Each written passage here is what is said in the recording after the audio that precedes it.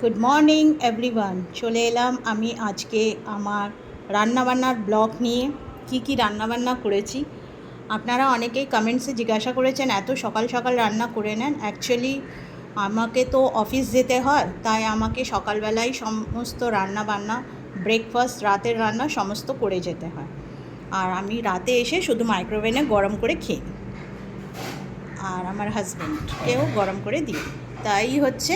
তা যাই হোক, অ্যানিওয়েজ আমার কাছে এখন বেশি টাইম নেই, বিকজ আমাকে স্নানেও যেতে হবে, তারপরে অফিসে প্রিপারেশান করতে হবে। তাই আমার ব্রেকফাস্ট থেকে শুরু করছি, যে আজকে কী রান্নাবান্না অ্যান্ড ব্রেকফাস্ট হয়েছে। তো চলে আসছি। এখানে হচ্ছে আজকে আমি হেলদি ফুড বানিয়েছি ব্রেকফাস্টে।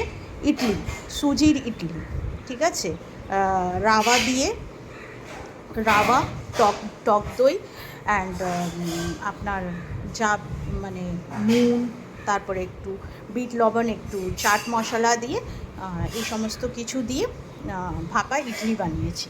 এই হচ্ছে ইডলি। দেখছেন ফ্রেন্ডস কীরকম জাল জাল মতন হয়েছে? এই হচ্ছে ইডলি। তো এতে না কী হবে, কোনো সাইড ইফেক্টও হবে না, শরীরের কোনো ক্ষতিও হবে না, হেলদি ব্রেকফাস্ট, ঠিক আছে। আর রান্নাতে চলে আসছি। রান্না আজকে করেছি, রাতেরও হবে আর দুপুরেও হবে, সেম রান্না।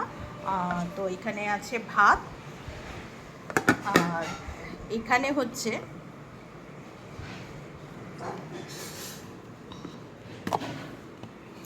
হচ্ছে পটল ভাজা, দেখতেই পাচ্ছেন, বেগুন ভাজা, আর এটা হচ্ছে মাছের ভর্তা। হ্যাঁ, একটু রসুন, পেঁয়াজ, কাঁচা লঙ্কা ভেজে মাছের পুরো সমস্ত কাঁটা বার করে মাছের ভর্তা করেছি। খুব দারুণ লাগে, আপনারাও করে খাবেন, দেখবেন আপনাদেরও ভালো লাগবে। এই হচ্ছে মাছের ভর্তা। আর এখানে তো ভাত আছে। আর এখানে না আমার হাজব্যান্ড খুব টক খেতে ভালোবাসে, তাই এখানে আমের টক করেছি। আমের টকের মধ্যে সর্ষে ফোড়ন আর আপনার হচ্ছে 5 ফোড়ন দিয়ে জাস্ট, আর চিনি, বিট লবণ আর চাট মশলা দিয়ে আমের টক করেছি। দুর্দান্ত হয়, গরমে দেখবেন লুও লাগে না, আর শরীরের পক্ষে, স্বাস্থ্য পক্ষেও খুব ভালো, দুর্দান্ত রান্না হয়। আর আপনারাও ট্রাই করবেন। আর এখানে হচ্ছে উচ্ছে কুমড়ো পোস্ত দিয়ে ভাজা করেছি। আর এখানে হচ্ছে লাল লাল ডিম আলু কষা। এই হচ্ছে আমার আজকে সমস্ত রান্নাবান্না মেনু।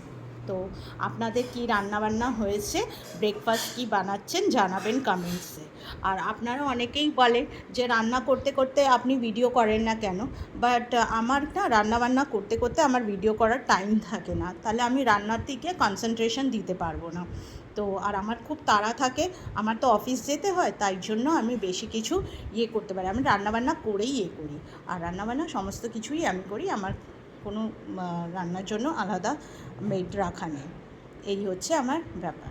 ওকে, তারপরে আপনাদের কি আছে রান্নাবান্না মেনু জানাবেন।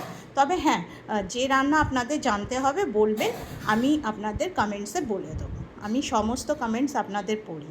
ওকে, তাহলে ঠিক আছে, ভালো থাকবেন, সুস্থ থাকবেন, আর হ্যাপি থাকবেন। ওকে, থ্যাংক ইউ এভরিওয়ান।